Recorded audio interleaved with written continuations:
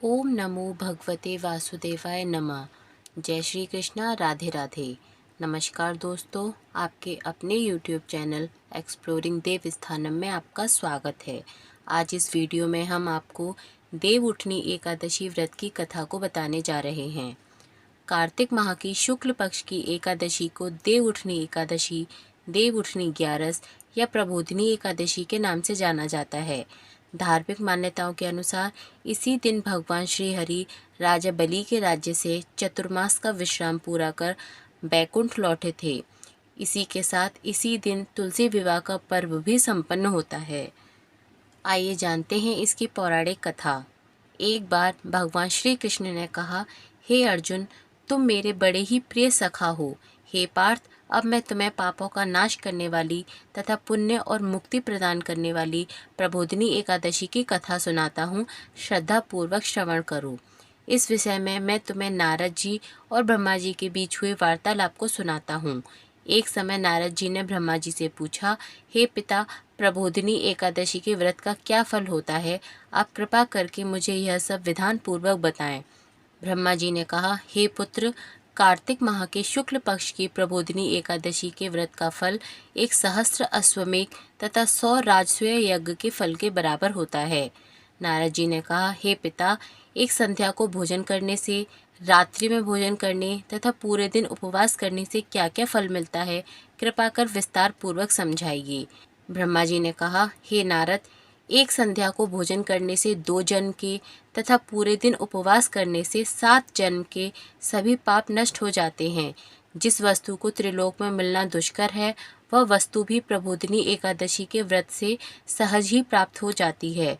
प्रबोधिनी एकादशी के व्रत के प्रभाव से बड़ा पाप भी क्षण मात्र में ही नष्ट हो जाता है। पूर्व जन्म में किए हुए अनेक बुरे कर्मों को प्रबोधिनी एकादशी का व्रत क्षण भर में नष्ट कर देता है। जो मनुष्य अपने स्वभाव अनुसार प्रबोधिनी एकादशी का विधान पूर्वक व्रत करते हैं, उन्हें पूर्ण फल प्राप्त होता है। हे पुत्र, जो मनुष्य श्रद्धा पूर्वक इस दिन किंचित मात्र पुण्य करते हैं, उनका वह पुण्य पर्वत के समान अटल हो जाता है। जो मनुष्य अपने हृदय के अंदर ही ऐसा ध्यान करते हैं कि प्रबोधिनी एकादशी का व्रत करूँगा, उनके 100 जन्म के पाप नष्ट हो जाते हैं। जो मनुष्य प्रबोधिनी एकादशी को रात्रि जागरण करते हैं, उनकी बीती हुई तथा आने वाली 10 पीढ़ियाँ विष्णु लोक में जाकर वास करती हैं और नरक में अनेक कष्टों को भोगते हुए उनके पितृ विष्णु लोक में जाकर सुख भोगते हैं। हे नारद, ब्रह्म हत्या आदि विकट पाप भी प्रबोधिनी एकादशी के दिन रात्रि को जागरण करने से नष्ट हो जाते हैं। प्रबोधिनी एकादशी को रात्रि को जागरण करने का फल अश्वमेघ आदि यज्ञ के फलों से भी ज़्यादा होता है। सभी तीर्थों में जाने तथा गौ, स्वर्ण भूमि आदि के दान का फल प्रबोधिनी के रात्रि के जागरण के फल के बराबर होता है। हे पुत्र, इस संसार में उसी मनुष्य का जीवन सफल है जिसने प्रबोधिनी एकादशी के व्रत द्वारा अपने कुल को पवित्र किया है। संसार में जितने भी तीर्थ हैं तथा जितने भी तीर्थों की आशा की जा सकती है, वह प्रबोधिनी एकादशी का व्रत करने वाले के घर में रहते हैं। प्राणी को सभी कर्मों को त्यागते हुए भगवान श्री हरि की प्रसन्नता के लिए कार्तिक माह की प्रबोधिनी एकादशी का व्रत अवश्य करना चाहिए। जो मनुष्य इस एकादशी व्रत को करता है, वह धनवान, योगी, तपस्वी तथा इंद्रियों को जीतने वाला होता है, क्योंकि एकादशी भगवान विष्णु को अत्यंत प्रिय है। इसके व्रत के प्रभाव से मनुष्य जन्म मरण के चक्र से मुक्त हो जाता है। इस एकादशी व्रत के प्रभाव से कायिक, वाचिक और मानसिक तीनों प्रकार के पापों का शमन हो जाता है। इस एकादशी के दिन जो मनुष्य भगवान विष्णु की प्राप्ति के लिए दान, तप, होम, यज्ञ आदि करते हैं, उन्हें अनंत पुण्य की प्राप्ति होती है। प्रबोधिनी एकादशी के दिन भगवान श्री हरि का पूजन करने के बाद यौवन तथा वृद्धावस्था के सभी पाप नष्ट हो जाते हैं। इस एकादशी की रात्रि को जागरण करने का फल सूर्य ग्रहण के समय स्नान करने के फल से सहस्त्र गुना ज़्यादा होता है। मनुष्य अपने जन्म से लेकर जो पुण्य करता है, वह पुण्य प्रबोधिनी एकादशी के व्रत के पुण्य के समान व्यर्थ है। जो मनुष्य प्रबोधिनी एकादशी का व्रत नहीं करता, उनके सभी पुण्य व्यर्थ हो जाते हैं।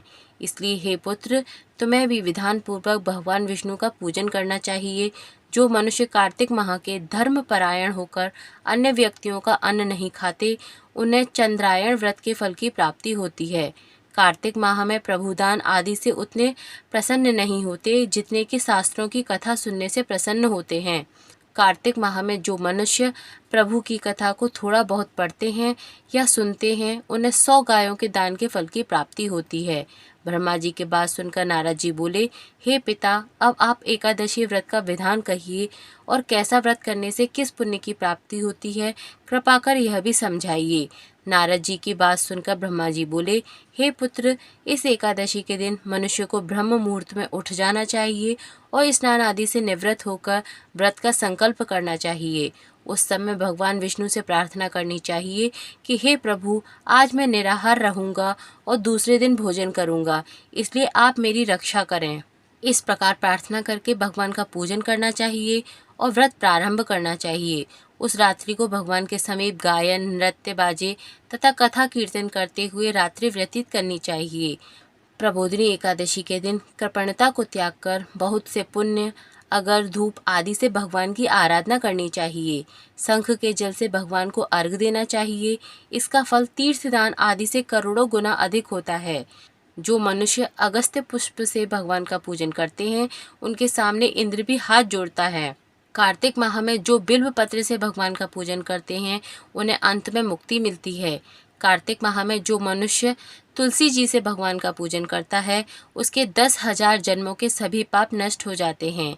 जो मनुष्य इस माह में श्री तुलसी जी के दर्शन करते हैं या स्पर्श करते हैं या ध्यान करते हैं या कीर्तन करते हैं या रोपण करते हैं अथवा सेवा करते हैं, वे 1000 कोटि युग तथा भगवान विष्णु के लोक में वास करते हैं। जो मनुष्य तुलसी का पौधा लगाते हैं, उनके कुल में जो पैदा होते हैं, वे प्रलय के अंत तक विष्णु लोक में रहते हैं। जो मनुष्य भगवान का कदम्ब पुष्प से पूजन करते हैं, वह यमराज के कष्टों को नहीं पाते। सभी कामनाओं को पूरा करने वाले भगवान विष्णु कदम्ब पुष्प को देखकर अत्यंत प्रसन्न होते हैं। यदि उनका कदम्ब पुष्प से पूजन किया जाए तो इससे उत्तम बात और कोई नहीं होती। जो गुलाब के पुष्प से भगवान का पूजन करते हैं, उन्हें निश्चित ही मुक्ति प्राप्त होती है। जो मनुष्य बकुल और अशोक के पुष्पों से भगवान का पूजन करते हैं, वे अनंत काल तक शोक से रहित रहते हैं। जो मनुष्य भगवान विष्णु का सफ़ेद और लाल कनेर के पुष्पों से पूजन करते हैं, उन पर भगवान अत्यंत प्रसन्न होते हैं।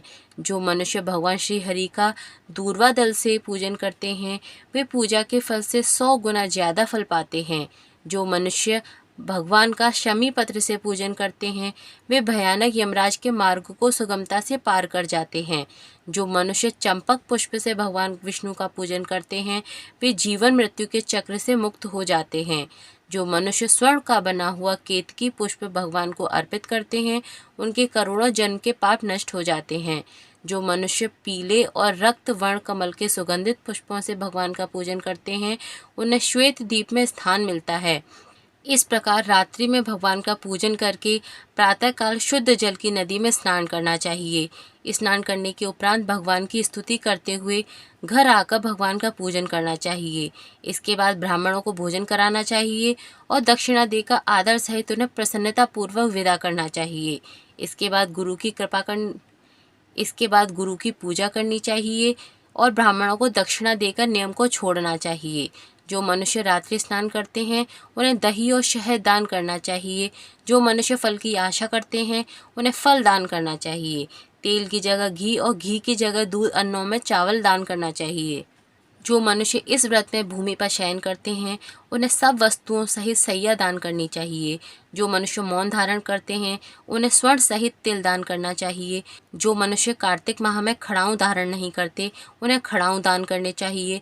जो इस माह में नमक त्यागते हैं, उन्हें शक्कर दान करनी चाहिए।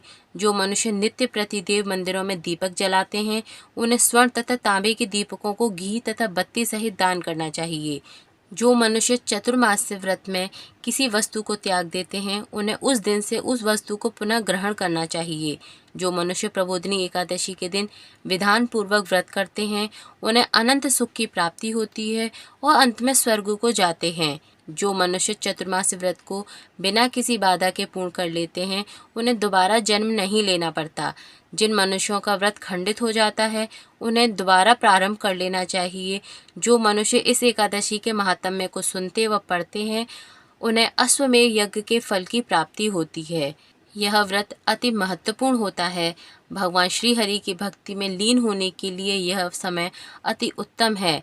गृहस्थ व्यक्ति भी चतुर्मास्य में भगवान विष्णु की भक्ति का पूरा लाभ उठा सकते हैं।